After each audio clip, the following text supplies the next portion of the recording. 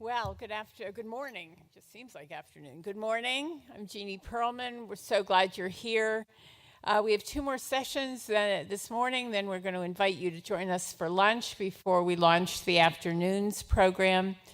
The next session is a dialogue between 2 well-respected journalists, one living in Pittsburgh, one living elsewhere. It's my pleasure to be introducing Jenni Monet. Jenni is an award-winning journalist who writes about Indigenous rights and injustice. Her work has appeared in such media outlets as the Center for Investigative Reporting, PBS NewsHour, and Al Jazeera. She received top journalism honors for her months-long chronicling of the Dakota Access Pipeline resistance movement at Standing Rock.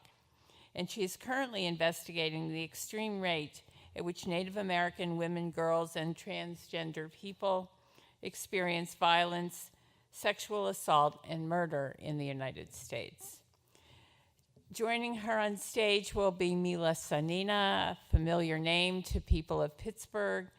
Mila is the executive director of PublicSource, a nonprofit newsroom, which presents a bold vision for local journalism and drives social change in the Pittsburgh region through original reporting, powerful storytelling, and public events.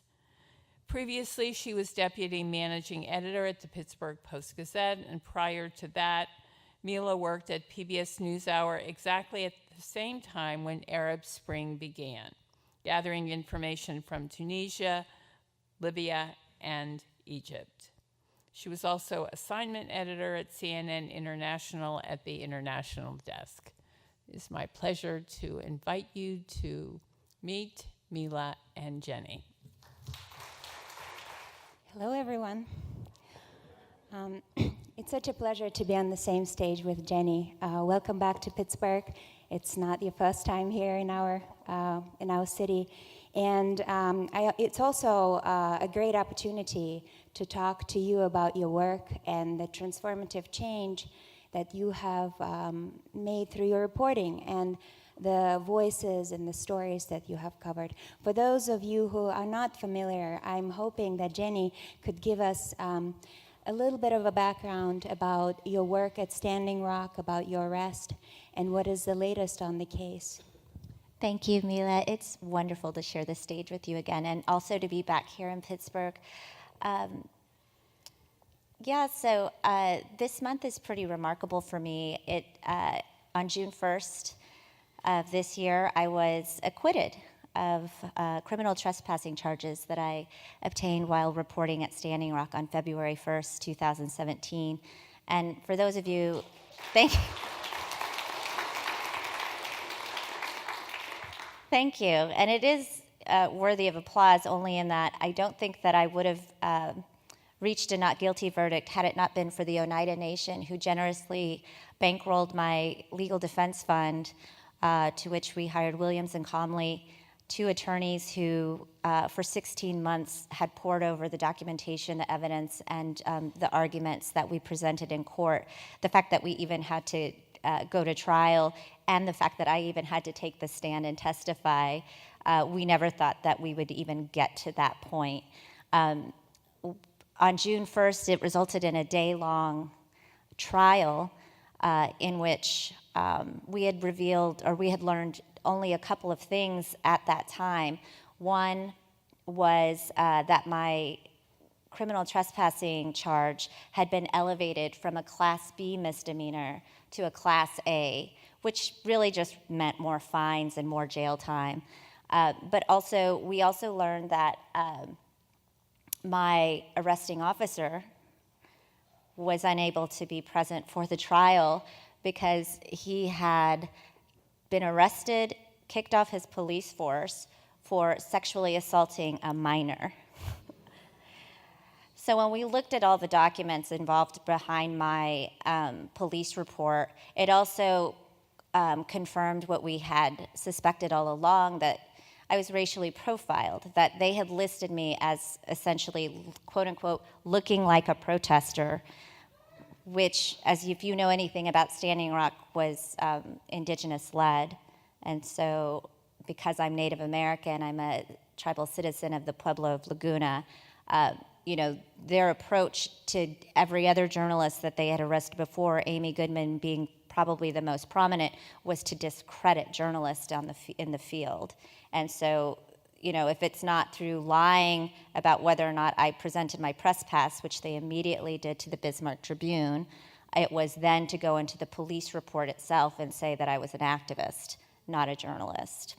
And so reaching that not guilty verdict, I don't think that I would have been able to go in, even based with the evidence I had, which was a 45-minute field recording that I left rolling on audio the day that I was arrested of that demonstration, where you clearly hear me say, here's my media credentials, and the officer saying, okay, step over here, which meant away behind police lines to observe.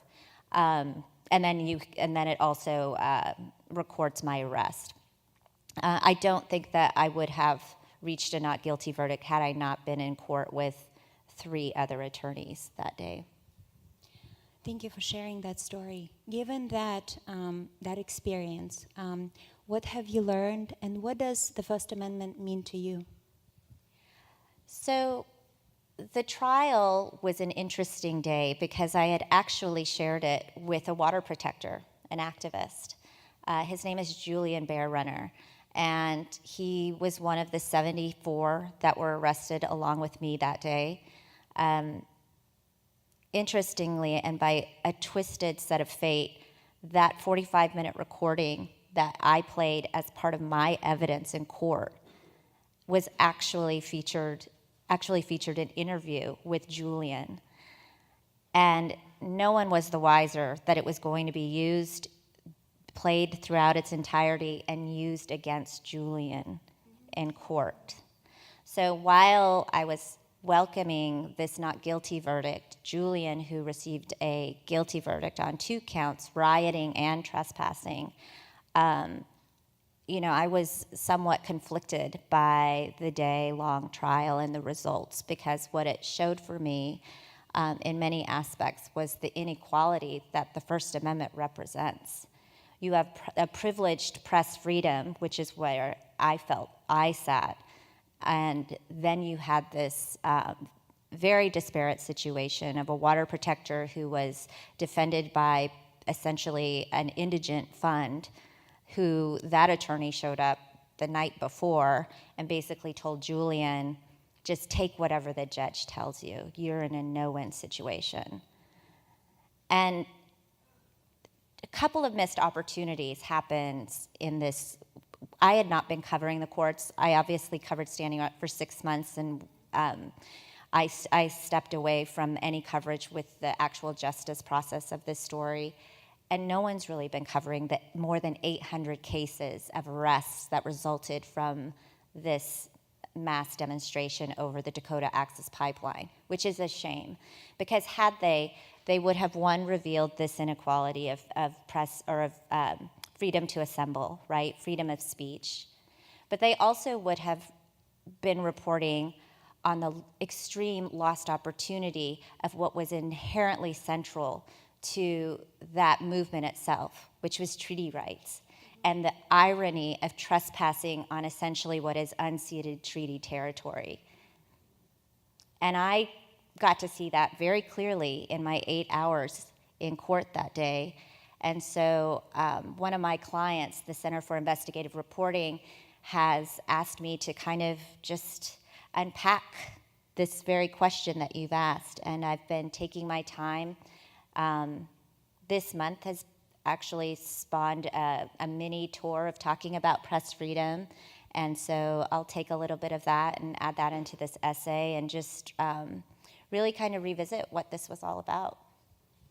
Segueing into press freedoms, you travel quite a bit. You just mentioned that you've been to the UN and presented before the UN, and I am curious to hear, what are you hearing from journalists all over the world that are seeing attacks by our president towards the press and towards journalists, calling journalists the enemy of the people, After he landed from North Korea, he was very specific about networks and that, are enemy of the people, of the American people. What are you hearing?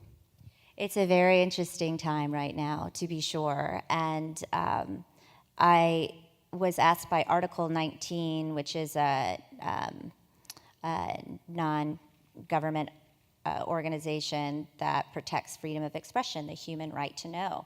And they had just recently issued a press freedom report. Article 19 was one of numerous organizations who stepped up behind my case as one to ask for the dismissal of my charges, but also to spotlight that the fact that American journalists are getting arrested.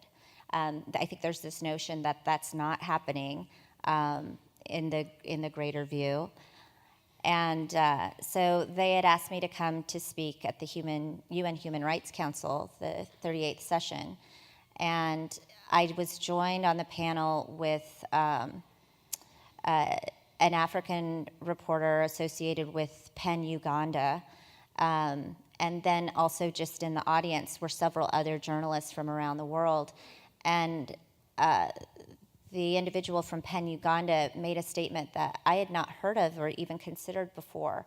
And it was directly drawing impact from the delegitimization of journalism led by the Trump administration and its impacts in the ground in countries like Uganda and places where there was a journalist in the audience from Sierra Leone that, said that we had never been questioned as journalists before. We'd never had to defend ourselves in a manner that challenged our validity, our legitimacy of being there as objective witnesses to otherwise dictating governments. And the notion is that, well, if it's happening in America, we can get away with it too. And it just left a very chilling effect that I had not even heard of or even considered yet. Jenni, your story is also, in your career, has been really interesting and unusual in a way that you are an independent journalist. And given your experience and given the fact that you have been covering specifically Indigenous issues, justice, how do you make it work as an independent journalist? To be sure, my independence is 100% deliberate. I've been working in journalism for 20 years. I got my start with commercial broadcast network, CBS, and their affiliates, and have worked for some of the biggest brands in the business in the newsrooms. And quite honestly, 5 years ago, I got tired of having to defend why stories from Indian country matter, why these stories don't need a year of explaining to go out in the field and to cover them. And that I knew that the only way that these stories are going to get covered is to go and just do it and have the faith that someone will want the story. And it's been hard. It's been very difficult. Prior to Standing Rock, I was basically doing just that, embedding myself in tribal communities and really not making a lot of money, living off of the savings that I had that when I said it was a deliberate pivot, I did have savings to do this.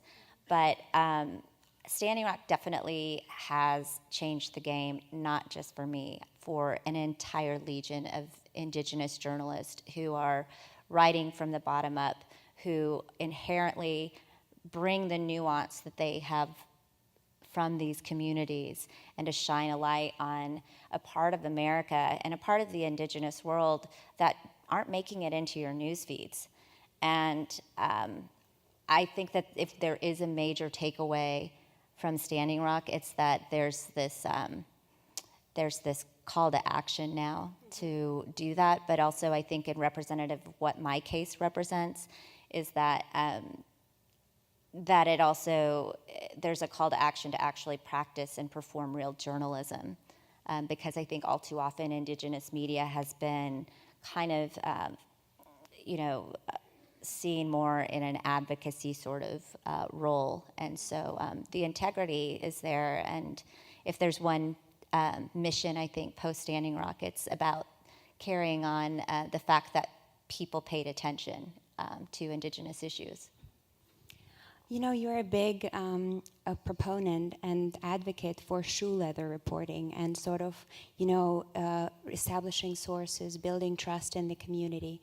Can you talk a little bit about that, and how do you go about covering the communities and including voices and creating powerful storytelling while you are a one-woman band?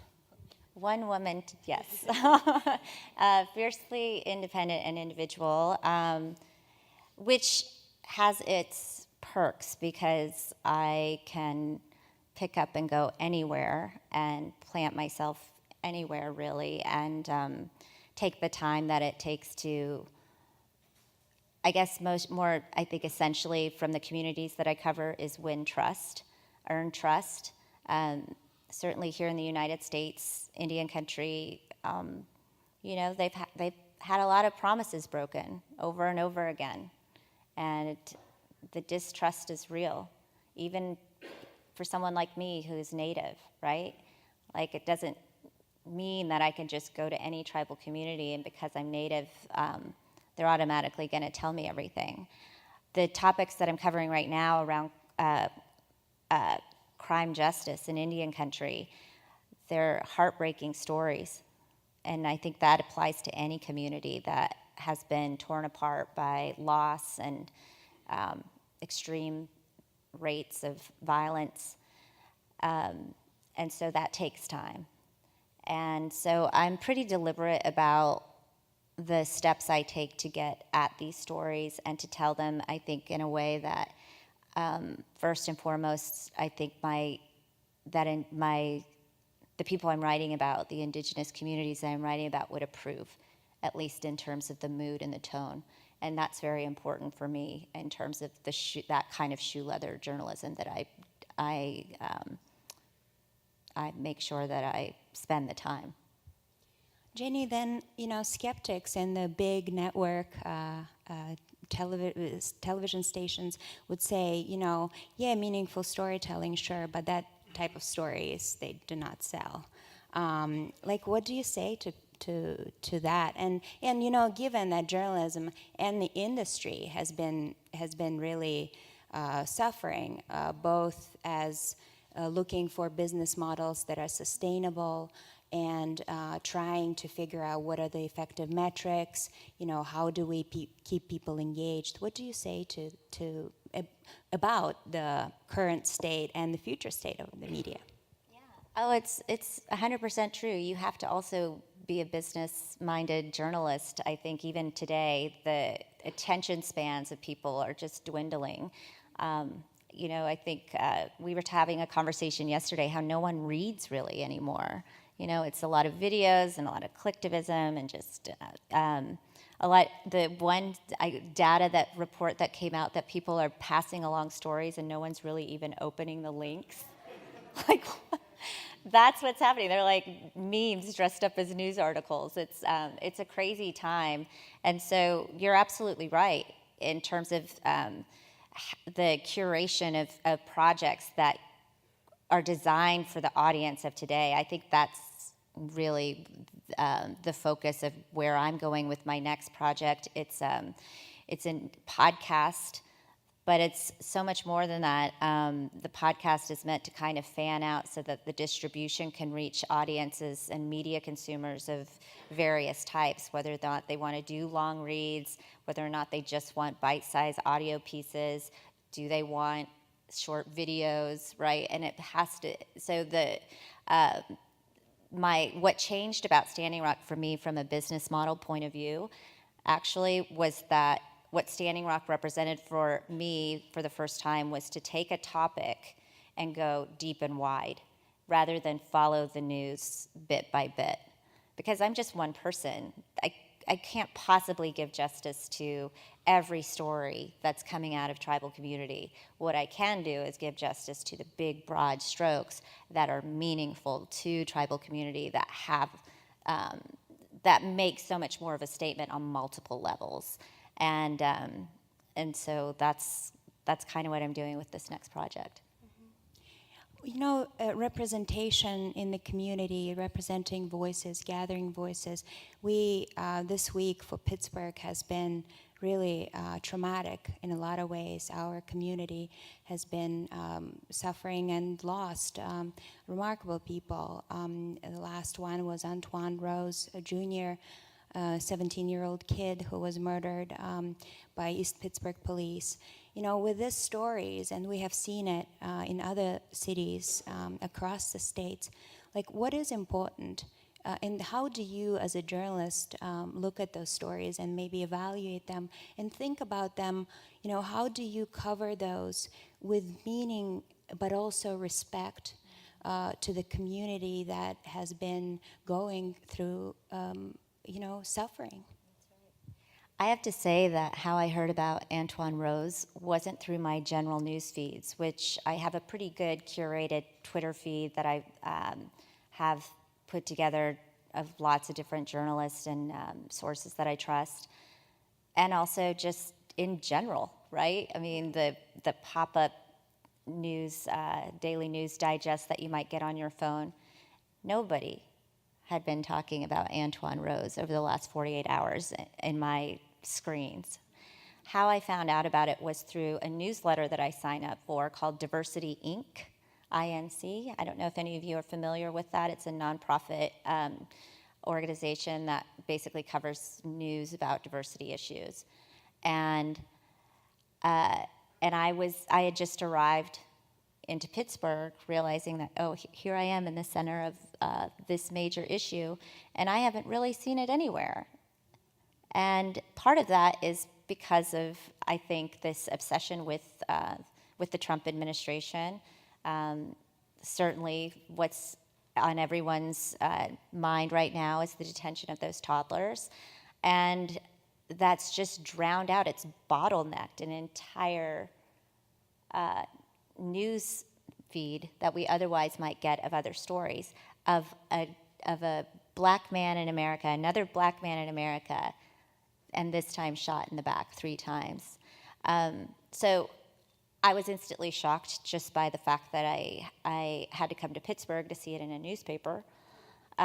Secondly, that on the other side, and I think on the more uplifting side, in preparation for these talks today around the First Amendment, that there has been relatively peaceful protesting here in East Pittsburgh for a community that largely has been ignored. And I think that also just reinforces the need and the right to free speech and to assemble, and the fact that there was a mass demonstration on the highway yesterday for hours and it resulted in 1 arrest. I think that's a positive note. I want to ask you a last question, and then I'm going to open it up to for the audience to ask questions. My question would be is if people were interested in supporting your work, how could they do that? And what gives you hope? I'm always looking for support. So yes, I guess you guys could come and talk to me afterwards. I had a very rigorous season of fundraising for this podcast that is in pilot mode right now, but everything is uncertain. We haven't gotten green light yet. So yes, you can come talk to me after that. Thank you for that. And what gives me hope, I think, is knowing that all of this chaos that we're living in right now, all of the things that are forcing us to really kind of face these uncertainties, these disruptions. I was sitting with Max last night with the Pittsburgh Foundation and told him, I'm actually inspired by all of this disruption because I think in the end, what it will do is allow us all to really look at what we value. And I certainly undervalued and completely took advantage or misregarded my First Amendment rights as a journalist, knowing that I've been in this business for 20 years. I've worked with police departments over that course of time, feeling that we had a working relationship, and now that's been impacted. But I do feel that, you know, maybe not in the immediate future, but I think what gives me hope is that I think this kind of combustion that we're seeing in the societal ways that we've known, I think we're going to come out really enlightened down the road, and I look forward to that. It's a wonderful note to end it on. Thank you for your questions. Let's give a round of applause to Jenni Monet. Thank you.